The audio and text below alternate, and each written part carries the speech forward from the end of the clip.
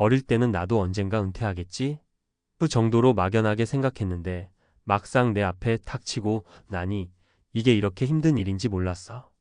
이런 얘기 주변에서 한 번쯤 들어봤을 거예요. 은퇴라고 하면 예전에는 그저 회사 그만두고 편히 쉬면서 여생을 보내는 일쯤으로 여겨졌는데 지금은 그렇지 않죠. 기대 수명은 늘어나고 사회 구조는 빠르게 변하고 물가는 오르는데 국민연금만으로 버티기란 쉽지 않습니다. 특히 국민연금을 처음부터 온전하게 받지 못한 1세대 분들은 더더욱 실감하고 있는 현실이에요. 오늘은 실제로 은퇴 후의 삶을 살아가는 분들의 이야기를 통해 우리에게도 곧 다가올 혹은 이미 닥쳐온 은퇴가 얼마나 준비가 중요한지 또 어떤 함정들이 있는지 함께 살펴보려고 해요. 너무 무겁게만 생각할 필요는 없지만 이 문제가 결코 가볍지도 않다는 사실은 미리 알아두는 게 좋겠죠. 1. 느닷없이 닥쳐온 은퇴, 준비가 부족했던 김 씨의 이야기. 제가 아는 김 씨 65세는 건설 회사에서 현장 일만 30년 넘게 하셨던 분이에요. 체력도 좋고 몇 번의 큰 고비도 넘기면서 건설 업계에서만 묵묵히 버텨오셨는데 어느 날 회사가 구조 조정을 하면서 불가피하게 은퇴를 하셨어요. 김 씨는 퇴사 직전까지도 본인이 그 회사에서 정년까지 일할 수 있을 거라 믿었대요. 아유, 나야 현장 일 잘하고 건강하니까 뭐. 정년까지야 문제 없겠지 이렇게 생각하셨다는 거죠. 그런데 갑자기 닥친 권고사직에 퇴직금은 그래도 어느 정도 받았지만 예상보다 많이 모자라더라고요. 게다가 국민연금은 만 62세에 처음 수령한 금액이 생각보다 적었어요. 내가 그동안 꼬박꼬박 부었는데도 왜 이렇게 나오지? 라며 한동안 충격을 받으셨다고 합니다. 은퇴 후 가장 큰 문제는 바로 생활비였어요. 매달 통신비, 관리비, 식비만 합쳐도 만만치 않은 금액이 필요한데 국민연금이 기대에 못 미치니 버틸 재간이 없더라는 거죠. 퇴직금 일부로 가족들이랑 자주 외식을 하고 여행도 몇 번 다니셨지만 그 돈은 생각보다 금방 줄어들고 말았습니다. 오랜 현장 일로 지친 몸을 잠시 쉬게 해주고 싶다는 마음이 컸는데 현실은 당장 돈을 벌어야 하는 상황이 돼버린 겁니다. 결국 김 씨는 편의점 야간 알바를 시작하게 되었어요. 내가 이 나이에 일을 할 줄이야. 처음에는 자존심도 상하고 체력도 예전 같지 않아 너무 힘들었다고 해요. 하지만 별 수 없었죠. 매달 월세와 공과금을 내야 했으니까요. 김 씨는 결국 지금도 편의점 일과 함께 건설 현장 보조 일을 간간히 뛰며 생활비를 벌고 있습니다. 이럴 줄 알았으면 젊었을 때 조금만 더 준비해 둘 걸. 아파트 한 채라도 마련했으면 마음이라도 편했을 텐데. 라며 아쉬움을 토로하시더군요. 이 이야기가 남의 일 같지 않은 이유는 사실 준비 없이 은퇴하는 사람들 대부분이 비슷한 상황에 처하게 된다는 거예요. 막상 닥쳐봐야 알겠다라는 말을 우리는 너무 자주 듣곤 하지만 그때는 이미 늦은 경우가 많잖아요. 김 씨 사례를 보면 은퇴 시점과 방법이 내가 계획한 대로 이루어지지 않을 수 있다는 걸 새삼 느끼게 됩니다. 2. 자영업의 함정에 빠진 이 씨의 이야기. 이번에는 이 씨 60세의 사례를 말씀드릴게요. 이분은 대기업 사무직으로 꽤 오래 일하셨고 사회생활을 모범생처럼 잘 해오셨어요. 한 회사에서 25년을 채웠으니 그래도 퇴직금과 회사 복지가 괜찮았고 국민연금 역시 꼬박꼬박 부어놓은 상태였죠. 그런데 문제는 은퇴하면 뭘 해서 수익을 낼까 하는 고민에서 시작됐어요. 이 씨는 초반엔 비교적 여유가 있었고 주변에 성공한 자영업자들 얘기도 많이 들었대요.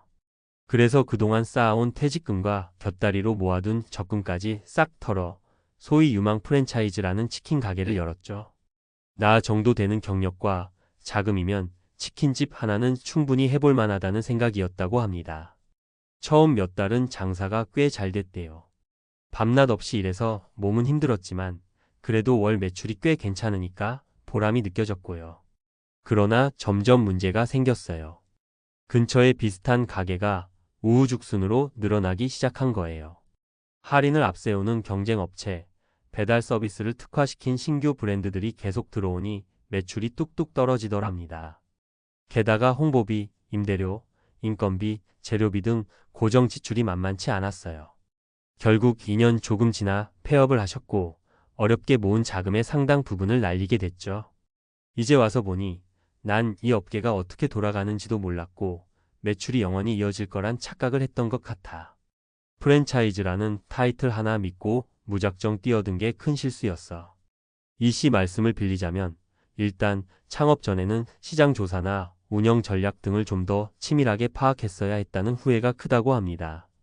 다행히 이 씨는 소득이 줄었어도 국민연금을 받으면서 간간히 지인에게 소개받은 사무직 아르바이트로 근근히 버티고 있어요. 하지만 예상치 못한 지출로 예전의 여유는 거의 사라진 상태죠. 마음이 급하니까 더 무리해서 뭐라도 해보려다가 더 크게 실패할까 봐 겁이 난다는 게 이분의 솔직한 심정이에요.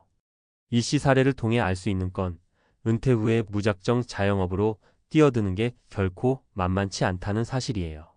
프랜차이즈든 뭐든 리스크는 분명히 존재하고 경험 없이 뛰어들면 자칫 큰 돈을 잃을 수도 있죠. 준비 없이 시작한 창업은 노후 자금을 한 번에 날릴 위험이 크다는 걸 잊지 말아야 해요. 3. 돈만 있으면 될 줄 알았는데 초과 준비에도 빈틈이 있던 최 씨의 이야기. 마지막으로 소개해드릴 사례는 최 씨 63세. 이분은 앞서 나온 사례들과는 조금 달라요. 은퇴 준비가 굉장히 철저했던 사람이거든요. 젊을 때부터 재무 설계에 관심이 많았고 부동산 투자에도 일찌감치 눈을 떴어요.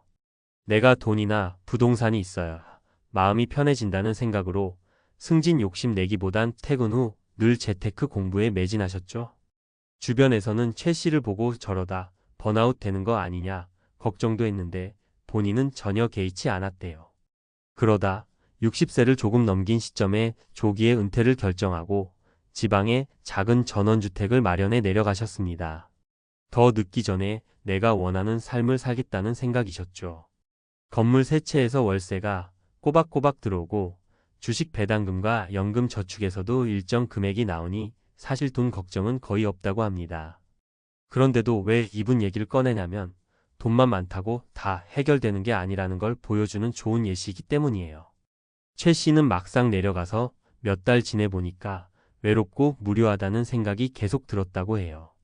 아, 난 그냥 일하기 싫어서 은퇴만 꿈꾸고 있었는데 내 삶에 회사 생활이 꽤 큰 비중을 차지하고 있었구나 깨닫게 된 거죠. 평생 회사에서 동료들이랑 밥 먹고 회의하고 프로젝트 뛰어다니면서 바쁘게 지냈는데 시골 마을에 들어가니 처음엔 좋다가도 점점 사람들과의 교류가 적어지니 우울감이 커진 거예요. 결국 최 씨는 몇 달 후 다시 서울과 지방을 오가며 지낼 수 있는 방법을 찾았어요. 주 23회는 서울에 올라와서 예전 동료들을 만나고 재무설계 세미나 강사로도 활동해요. 아니, 내가 이 나이에 이런 강의를 하게 될 줄이야. 그래도 사람 만나니 사는 맛이 훨씬 난다라면서 지금은 그나마 만족스러운 은퇴 생활을 꾸리고 계세요. 이 얘기를 통해 느낄 수 있듯이 은퇴를 돈 문제로만 보면 놓치는 부분이 많다는 거예요. 우리는 그냥 목돈만 있으면 또는 연금만 넉넉하면 모든 게 해결될 거라 착각하기 쉽지만 삶의 의미나 하루하루의 리듬, 그리고 인간관계의 가치를 간과하기 쉽죠. 최 씨처럼 미리 철저하게 준비해도 다른 복병이 도사리고 있을 수 있다는 겁니다. 은퇴 준비, 지금 당장 시작해야 할 3가지. 자, 그럼 이 3가지 사례에서 우리가 배워야 할 건 뭘까요? 사실 은퇴 준비라는 게 한 가지 공식으로 딱 맞출 수 있는 건 아니지만 공통적으로 필요한 부분들을 정리해 볼 수 있어요. 경제적 안전장치부터 꼼꼼하게. 국민연금만으로는 부족할 수 있다는 사실을 전제해야 해요. 개인연금, 퇴직연금, 혹은 주택연금 등 다양한 상품을 적극적으로 알아보세요. 본인의 월 지출 패턴을 미리 점검하고 은퇴 후에도 고정 지출이 얼마나 될지 파악해보세요. 예를 들어 관리비, 각종 보험료, 통신비 같은 필수 지출은 어쩔 수 없으니 이 부분을 커버할 안정적인 현금 흐름이 있는지 확인해야 합니다. 은퇴 시점이나 형태는 내가 원하던 대로 되지 않을 수 있다는 점. 김 씨 사례처럼 갑자기 회사의 구조 조정이나 사정에 의해 예기치 못한 시기에 은퇴할 수도 있어요. 준비 없이 떠밀리듯 은퇴하는 경우 좀 더 모았으면 좋았을 텐데 하는 후회가 따라오기 마련입니다. 업무 경력의 끝까지 내 마음대로 갈 수 있다는 보장은 없으니 미리 준비하고 있어야 해요. 마음 건강과 인적 네트워크 관리. 최 씨 사례처럼 돈이 충분해도 외로움이나 무료함은 또 다른 문제예요. 사람은 누구나 누군가와 함께하고 무언가를 하며 보람을 느끼도록 태어났다고 합니다. 은퇴 후에 할 수 있는 취미 활동이나 봉사, 동호회, 혹은 단기 아르바이트 같은 내가 움직일 공간을 미리 생각해두면 좋습니다. 사람들과 관계 맺는 일을 계속 이어가는 게 중요해요. 마무리하며 사실 은퇴 준비라는 거 막상 생각하면 머리가 지끈거리고 아직 멀었어 하고 미루기 쉽잖아요.